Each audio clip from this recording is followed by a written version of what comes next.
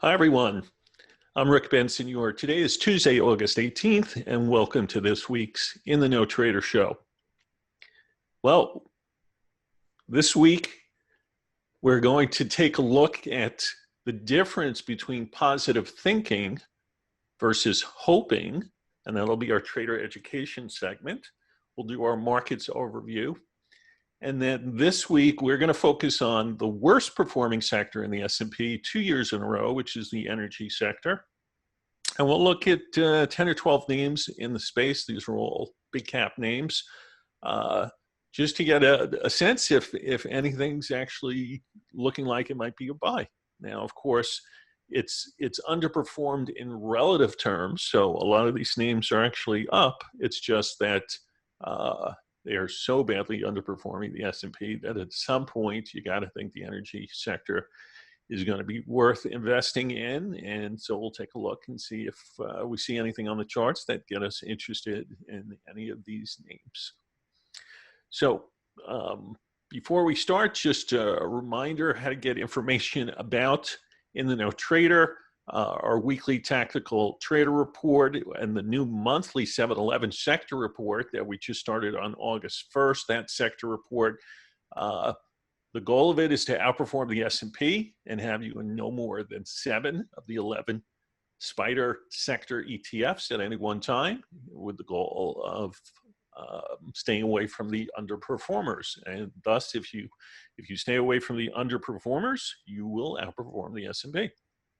To contact me, rick@inthenotrader.com. Thank you for all the emails we get each week.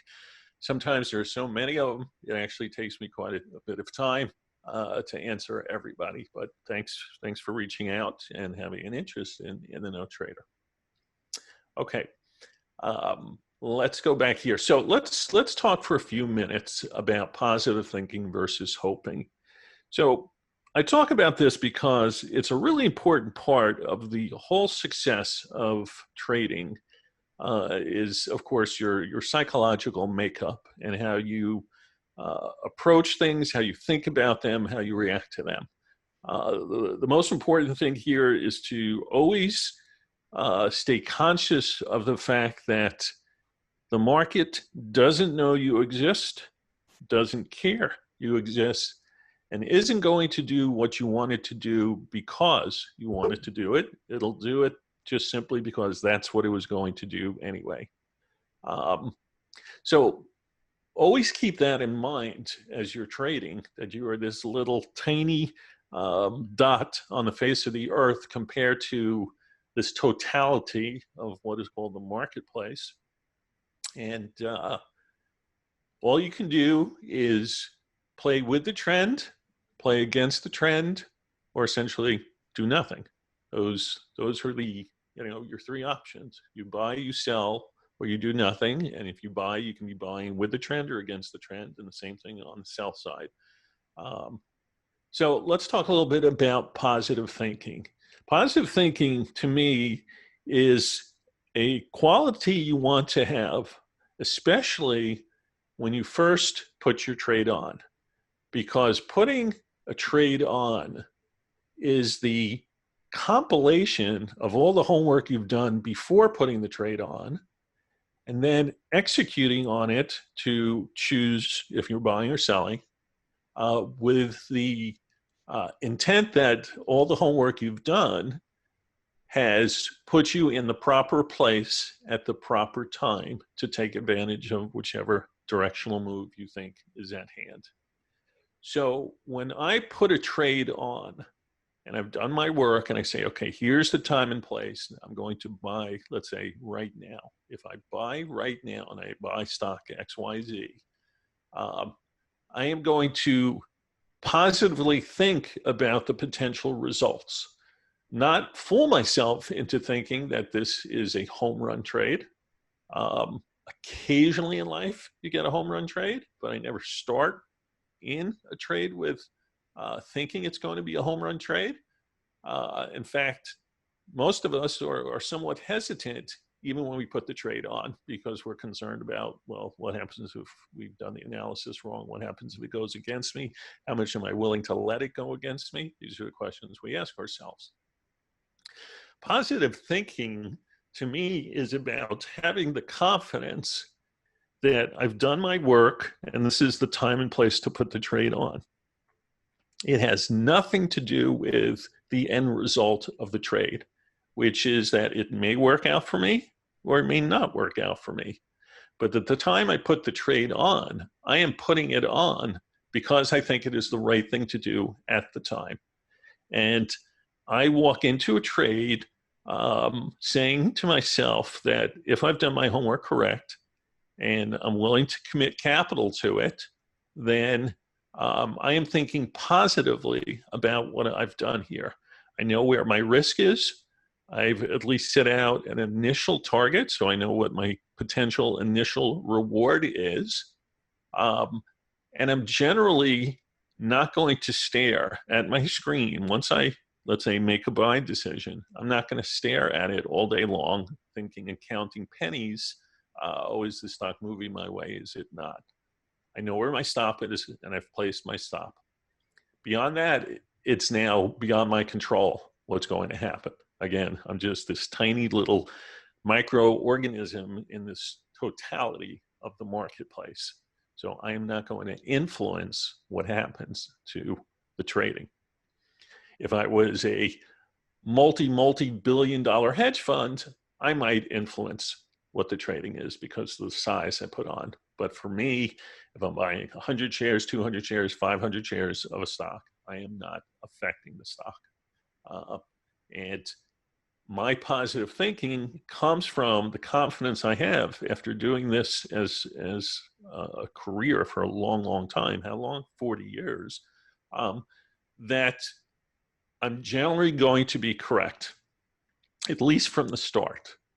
But I also know that I've determined this over time, that if I put a trade on and within the first 5 days it's not working, it's probably not going to work. That's that I know about myself and the timing aspect of what I do, and especially because I tend to be a counter trend trader. So if I'm stabbing for a bottom on a stock that's been declining, I generally know pretty darn quick if this was the right idea or not. So positive thinking is the action that I feel and undertake as I'm putting a trade on, because I'm not going to put something on that I haven't done my work on. So I generally have enthusiasm about the trade when I start it. Now let's compare that to hoping. When I put a trade on, do I hope it works? Well, sure, you hope it works, but more than you really hope is that you want it to work. So as much as we can say, well, it's obvious when you do something in the market, you hope it's right. Yes, you hope it's right, but more than that really is that you want it to be right. You essentially want to prove to yourself that the analysis you did to make that decision to get into that trade or out of a trade was the proper analysis. So you kind of want it to be right because it helps reaffirm that your analysis has been correct. But here's the danger when you hope.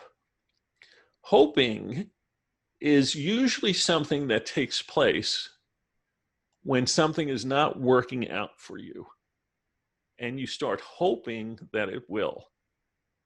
And there's a psychological shift that takes place from confidence to losing confidence to then hoping.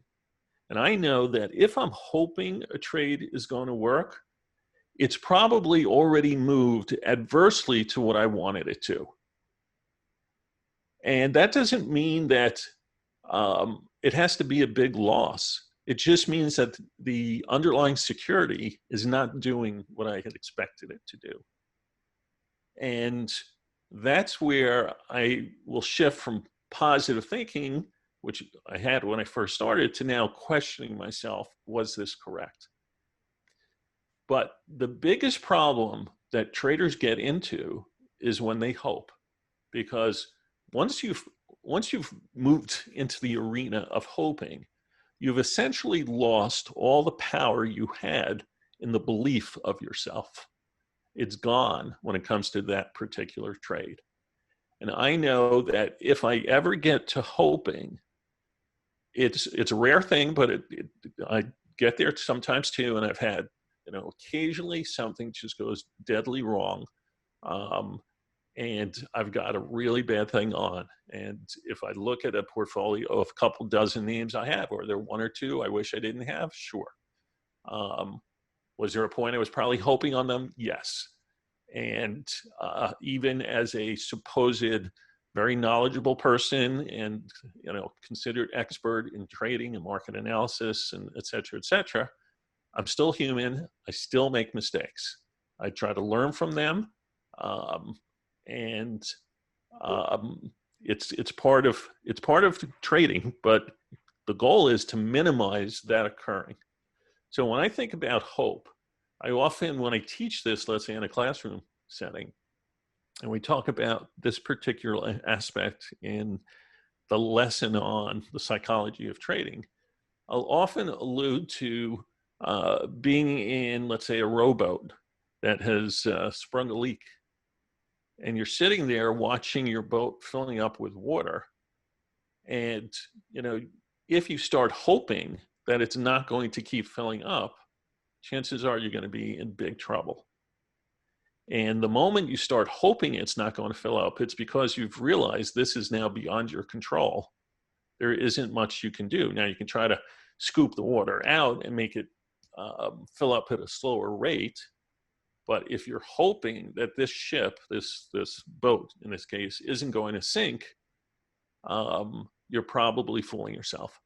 And you can start, if you're a religious person, you may start praying to God, saying, please, dear God, don't let this boat sink. But chances are, and this is, I'm a religious person too, so this is not a knock about religion. Chances are, if that boat's filling up with water, it's going to continue to, regardless if you're praying to God or not, because it's just the reality of the situation at hand. And I think of when the ship starts to sink, don't hope that it's not going to jump off. Try to save yourself. If we move this to the trading environment, when what you had expected to happen is not happening, jump. And in this case, jumping means exit the trade. If it's not doing what you expected within the realm of what you were willing to allow it to move against you. So if I buy a stock at 30, I might say, okay, if it goes to 28, I'm still okay on that. But if it goes to 26, it's moved more than I would have expected.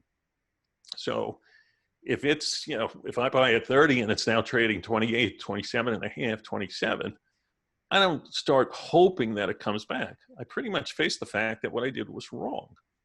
And I'll generally get out and take a small loss. Taking small losses allows me to come back and play any other time. And with a minor loss from the last time I traded, and I can look at the markets and be objective and do what I need to. If I hope and watch it trade 27, 26, 25, and now I'm hoping it would at least come back to 27, I've lost all discipline and all semblance of what proper trading is. And that's how we get names that we buy at 75 and watch them trading 22 and still holding on to them. And have I ever done it? I have. Have I dramatically reduced the amount of times in life that I've had that happen? Yeah, for sure. Because I'm much better about just saying, if this isn't working out, I get out. And the worst thing you can do too is take a trade and turn it into, quote, an investment, because it's not working. So you figure, all right, I paid 75, it's now 62. Well, over time this will come back, so I'll just hang with it. Well, it may or may not, but that stock at 62 might go to 42 also. So I generally say, if it's not doing what I expect, I don't hope, I just get out. So I act upon things that aren't working out the way they were expected to. And that's today's trader education portion. Let's move to our markets overview. So let's just quickly compare last week to this week. On the right-hand side is current through yesterday's close, year to date for the 11 sectors in the S&P versus the spiders. on the left side was last week. And we see only one green dot, so only one sector outperformed by more than 1% in the last week. That is consumer discretionary. There are 4 sectors that underperformed this week. Energy just has gotten worse. It is now trailing the S&P by over 40% again, so it is close to the lows of the year, if I'm not mistaken. Somewhere around 40% or in the low 40s was the worst it did this year, so it's still back down there. And then utilities, financials, and real estate, so kind of the economically sensitive ones that relate to the world of finance and interest rates, were the ones that underperformed last week. So financial still the second worst sector here in the S&P all year long. So energy and financials continue to be the problem spots. Okay, let's get to some charts. Let's start off with the S&P. This is a weekly chart. You can see that today actually made a new all-time high by just a couple points, and then the S&P faded. It's now back up to, it's up 5.7 points on the day. It was shortly down, so it had fallen sharply. Gold did the same type thing. Gold got had a nice gain today and then kind of dropped, I think, about $40 or so from its high before recouping. And last I looked, it was somewhere right around $2,000. So here's the weekly chart. Here's the prior all-time high. It's the thickness of this green line is actually covering over a little bit of the action from this week. But again, we made a slight new high. We pulled back. We're only on a 7 count on the setup. And notice too, for those of you who followed me, that we're already above the propulsion exhaustion signal off of the March low. So the only thing I can do at this point to try to come up with higher price targets is to go to a monthly chart. So notice here, 2 upside targets, all still part of this liftoff from the March low. And that is 35.55, and then all the way up at a little over 4,900, which is obviously a massive move higher over time. But that's all based upon how the market bottomed and the physics off of it as far as upside target. So if we got to 35.55 this year, that may be a place you want to lighten up, but it's possible that over time we get to 49.18, which kind of matches, interestingly, with a call I made back in 2014 that the S&P would be up at 5,000 within 10 years. And I was at Wells Fargo at the time I did that, and that may very well end up being what plays out for this market. Let's just take a quick look at, here, let's look at gold on a monthly. So again, we've pushed a new all-time highs this month, but we know that the month of July also put in a sequential 13 signal. Again, this is on a monthly chart. We looked the last 3 times that we've had sequential 13s. This was for downside exhaustion. It was perfect. This one here in 2006 called a sideways market for a year. And then this one here in 2008 actually was the peak and sold off into 2009. So a good signal there too for upside exhaustion of trend, and it took almost 2 years before that level got taken out. So here, what this suggests to me is that first buying gold comes along with much greater risk than in the past. At the same time, we're still in the midst of another setup count, so this still may have room to go. All I'm saying is that there's higher implied risk to first getting long gold now. But I do think over time, gold has higher targets, and I still believe in the fundamental story for gold. So I will be looking to buy pullbacks over time. And then our trader clients know where those pullbacks are too, because we write about that every week in our weekly tactical trader report. So that's that for what we'll do for the macro overview this week. Let's get to the energy sector. All right, so we've got about 9 minutes or so to go. So what we're going to do is go through these dozen names and take a look if there's anything that seems appealing in the space. And again, we're not looking on a relative basis now. We're just looking at the stock outright. So here's Schlumberger, going back, I don't know, 10, 12 years. We'll blow this up in a second, but you can see the recent low from earlier this year was lower than any low that we've seen all the way back to, it's probably, I don't know, 2006 or something like that. So you have long-term tops here at 110 to 120, right? Up in here and up in here. Your high in 14. So this is just a lousy, lousy looking stock. Did bottom on a setup 9 count, did a setup 9 count to the opposite side, is kind of flat there. So the resistance here is still the cloud. You'd have to get through the cloud on a weekly basis to really get me interested in this name on a longer term basis. So the only thing is right now there should be support just about $16. If it pulls down there, you might want to do a little bottom fishing, but otherwise I need to see this probably a year from now higher than the cloud to get me interested. Halliburton, HAL, similar looking picture, same thing, bottomed on a weekly 9, did it a weekly 9 up. This is actually a little stronger because Schlumberger was sideways since the 9. This is actually slightly moved higher. It's still going to have resistance here from its cloud. In a bigger picture sense, let's see, I'd say this probably needs getting above 24.5 or so over time. This is only a $16.50 stock in percentage terms. That's still a good distance away, but hard to pick a reason right now to be a buyer. If it pulls back to, where is this propulsion level? 1158. So anything, you know, if this broke under 12 for longer term investors, it may be something you'd be interested in. Baker Hughes.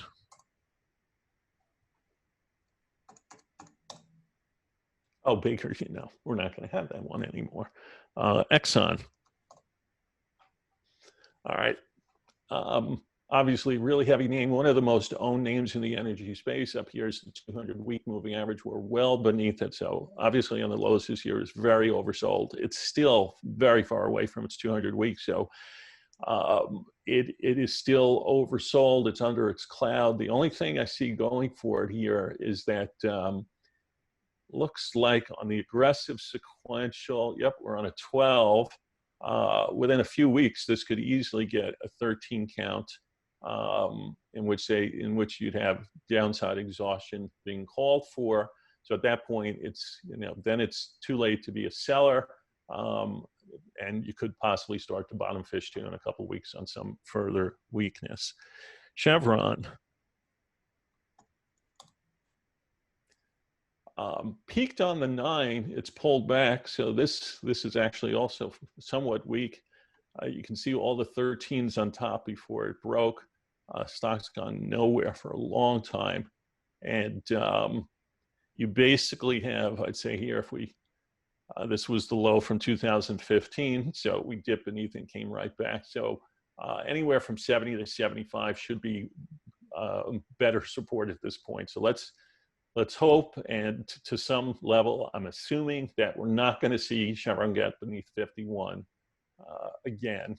So therefore, on further weakness, you could be a buyer here. Notice it's also bounced multiple times against its bearish propulsion level, so that bearish signal never kicked in. So there is still some support right here. So if you're a little more aggressive here, you pay 83. Otherwise, you wait for 75 to 70 before you buy it. ConocoPhillips.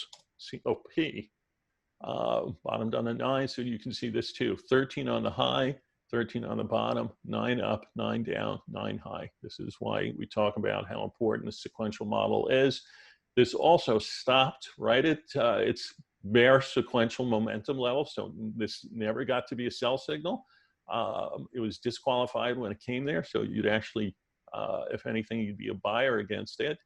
And this is trying to move towards the upside. Still has heaviness above it. Not a great name, but something that you could maybe do a little probing on. Most important support at this point is just about 30.5. EOG. Very similar looking chart. Rounding top, 9 bottom, 9 high since. So a lot of these energy names are trading exactly the same. This is beneath both the conversion and baselines to the cloud chart, which makes the somewhere around, where's this, 30, 35.80-ish, give or take, as important support. It's the TDST line, which is the lowest low in the 9 count up, and it happens unrelatedly to be just about exactly where the bearish propulsion level is. So anything in that neighborhood, let's blow this up a bit just to get the right pricing here. All right, so one's at 36.40 and the other is at 35.79. So that zone is, if you're looking to be a buyer, anything near there is where I do it for longer term buying. Phillips 66. Again, recent 9 high, same thing, resistance trading underneath old highs. So look, everybody who's owned this name in the last several years is a loser unless they happen to have gone long, you know, in the spring this year. Heavy looking name beneath its propulsion level. So the only real support I see here are these levels here, which is 51.60 and 47.80. Same type of thing, scaling on this here. You know, this is the zone. And then first resistance would be up about $80 or so. Marathon and PC. Similar look, overhead resistance. Look at where these lows were in the past. We're at least trading above them now. So only the sellers in here are on the wrong side. You're going to have overhead resistance, but it's also, you know, I kind of like that it's above and tested that same old low in that area from 2016. I guess one of the slightly better names, but not much here too.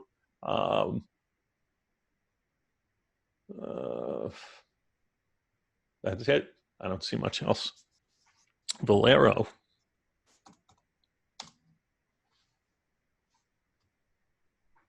Look at the pattern here. 9 high into a 9 low. The 9 led to this 13 equal levels. That's a buy. 9 high certainly can take profits there. 9 low can do buying. 9 high can take profits again. I mean, some of these names are just fantastic with the sequential model.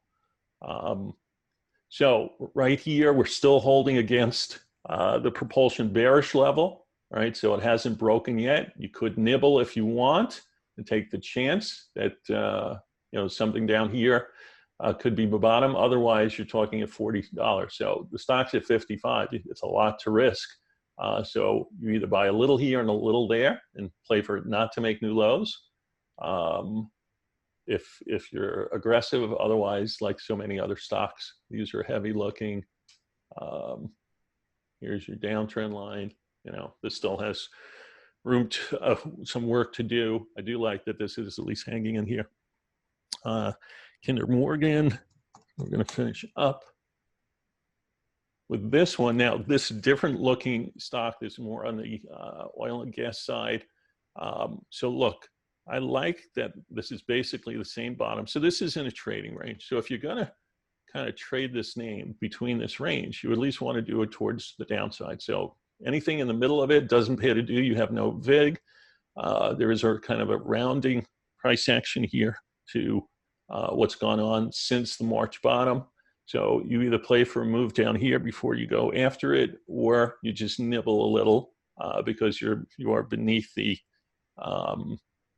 midpoint. But this is all range trading for now with a slight positive bias. That's it for this week. I hope you enjoyed the show. I'm Rick Bensignor, and this is In the Know Trader. Hey, Grayson Rose here with StockCharts. Thank you so much for watching. I hope you enjoyed that video. If you did, consider giving it a like down below, maybe leave us a comment, and if you're new to the channel, you can subscribe at the link up above. We're gonna bring you daily content from an incredible collection of technical analysts and financial experts.